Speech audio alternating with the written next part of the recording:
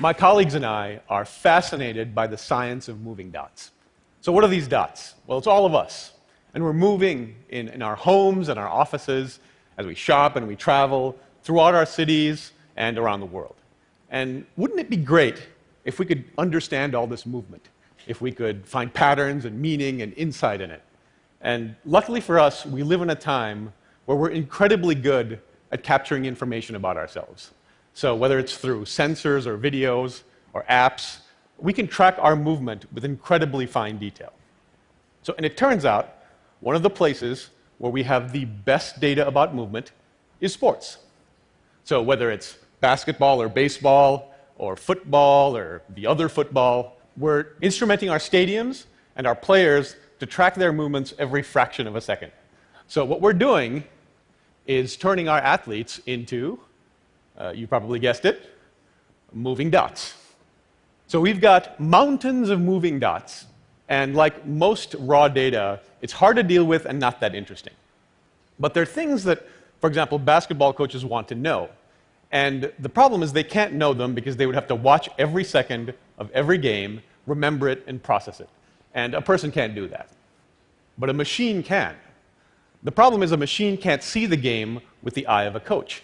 At least they couldn't until now. So what have we taught a machine to see? So we started simply. We taught it things like passes and shots and rebounds, things that most casual fans would know. And then we moved on to things slightly more complicated, events like post-ups and pick and rolls and isolations. And if you don't know them, that's okay. Most casual players probably do. Now, we've gotten to a point where today the machine understands complex events like down screens and wide pins, basically things only professionals know. So we have taught a machine to see with the eyes of a coach. So how have we been able to do this? If I asked a coach to describe something like a pick and roll, they would give me a description, and if I encoded that as an algorithm, it would be terrible. The pick and roll happens to be this dance in basketball between four players, two on offense and two on defense. And here's kind of how it goes.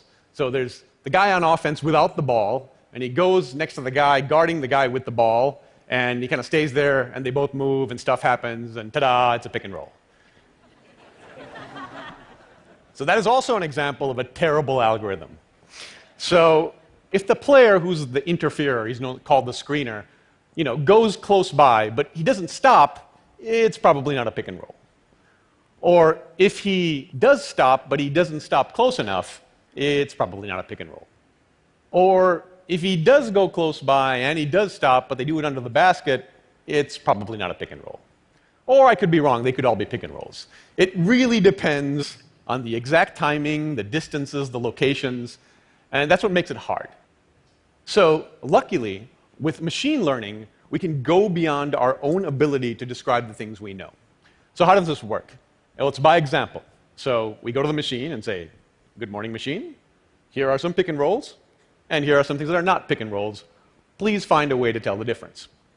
And the key to all of this is to find features that enable it to separate. So if I was going to teach it the difference between an apple and an orange, I might say, why don't you use color or shape?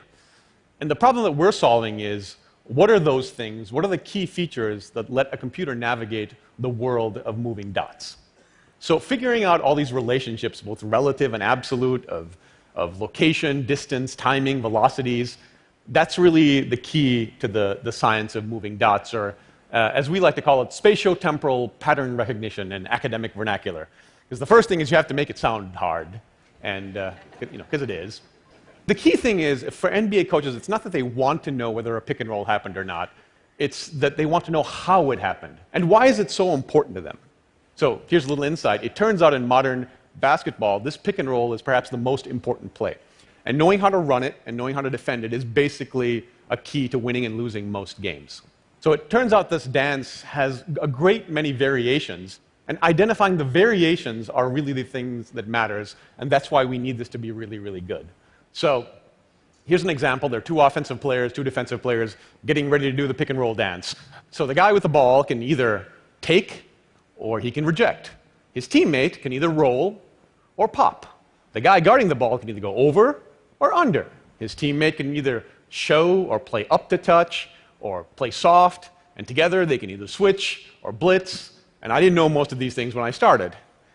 And it would be lovely if everybody moved according to those arrows. It would make our lives a lot easier, but it turns out movement is very, very messy. People wiggle a lot, and getting these variations identified with very, very high accuracy, both in precision and recall, is tough because that's what it takes to get a professional coach to believe in you.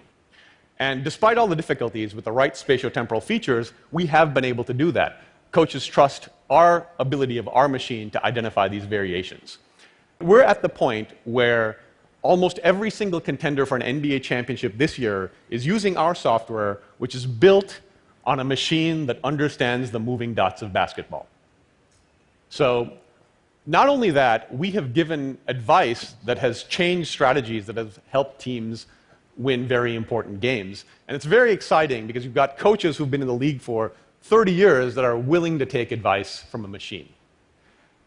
And it's very exciting. It's much more than the pick and roll. Our computer just started with simple things and learned more and more complex things, and now it knows so many things. Frankly, I don't understand much of what it does. And while it's not that special to be smarter than me, we were wondering, can a machine know more than a coach? Can it know more than a person could know? And it turns out the answer is yes. So coaches want players to take good shots. So if I'm standing near the basket and there's nobody near me, it's a good shot. If I'm standing far away and I'm surrounded by defenders, that's generally a bad shot. But we never knew how good was or how bad was quantitatively until now. So what we can do, again, use spatiotemporal features. We looked at every shot. We can say, where is the shot? What's the angle to the basket? Where are the defenders standing? What are their distances? What are their angles? For multiple defenders, we can look at how the player is moving and predict the shot type. We can look at all their velocities, and we can build a model that predicts what is the likelihood that this shot would go in under these circumstances. And so why is this important? We can take something that was shooting, which was one thing before, and turn it into two things: the quality of the shot and the quality of the shooter. So here's a bubble chart, because what's TED without a bubble chart? So those are NBA players. The size is the size of the player, and the color is the position. On the x-axis, we have the shot probability. So people on the left take difficult shots. On the right, they take easy shots. On the right is their shooting ability. People who are good at the top, bad at the bottom. So for example, if there was a player who generally made 47% of their shots, that's all you knew before. But today, I can tell you that player takes shots that an average NBA player would make 49% of the time, and they are 2% worse. And the reason that's important is that there are lots and lots of 47s out there. And so it's really important to know if the 47 that you're considering giving $100 million to is a good shooter who takes bad shots or a bad shooter who takes good shots. Machine understanding doesn't just change how we look at players, it changes how we look at the game.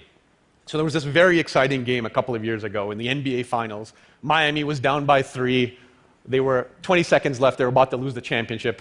A gentleman named LeBron James came up, and he took a 3 to tie. He missed. His teammate Chris Bosh got a rebound, passed it to another teammate named Ray Allen. He sank a 3. It went into overtime. They won the game. They won the championship. It was one of the most exciting games in basketball. And our ability to know the shot probability for every player at every second and the likelihood of them getting a rebound at every second can illuminate this moment in a way that we never could before. Now, unfortunately, I can't show you that video. But for you, we recreated that moment at our weekly basketball game about 3 weeks ago. And we recreated the tracking that led to the insights. So here's us. This is Chinatown in Los Angeles, park we play every week at. And that's us recreating the Ray Allen moment and all the tracking that's associated with it. So here's the shot. I'm going to show you that moment and all the insights of that moment. The only difference is, instead of the professional players, it's us, and instead of a professional announcer, it's me. So bear with me. Miami, down 3, 20 seconds left. Jeff brings up the ball. Josh catches, puts up a 3.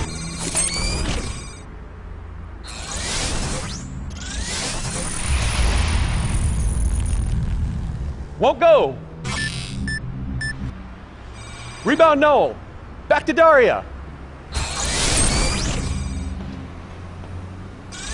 Her three-pointer. Bang! Tie game with 5 seconds left. The crowd goes wild. That's roughly how it happened. Roughly. I'm not going to... That moment had about a 9% chance of happening in the NBA. And we know that and a great many other things. I'm not going to tell you how many times it took us to make that happen. Okay, I will. It was 4. It was 4. Way to go, Daria. But the important thing about that video and the insights we have for every second of every NBA game is it's not that. It's the fact that you don't have to be a professional team to track movement. You do not have to be a professional player to get insights about movement. In fact, it doesn't even have to be about sports, because we're moving everywhere. We're moving in our homes, in our offices, as we shop and we travel throughout our cities and around our world. What will we know? What will we learn? Perhaps instead of identifying pick and rolls, a machine can identify the moment and let me know when my daughter takes her first steps, which could literally be happening any second now. Perhaps we can learn to better use our buildings, better plan our cities. I believe that with the development of the science of moving dots, we will move better, we will move smarter, we will move forward. Thank you very much.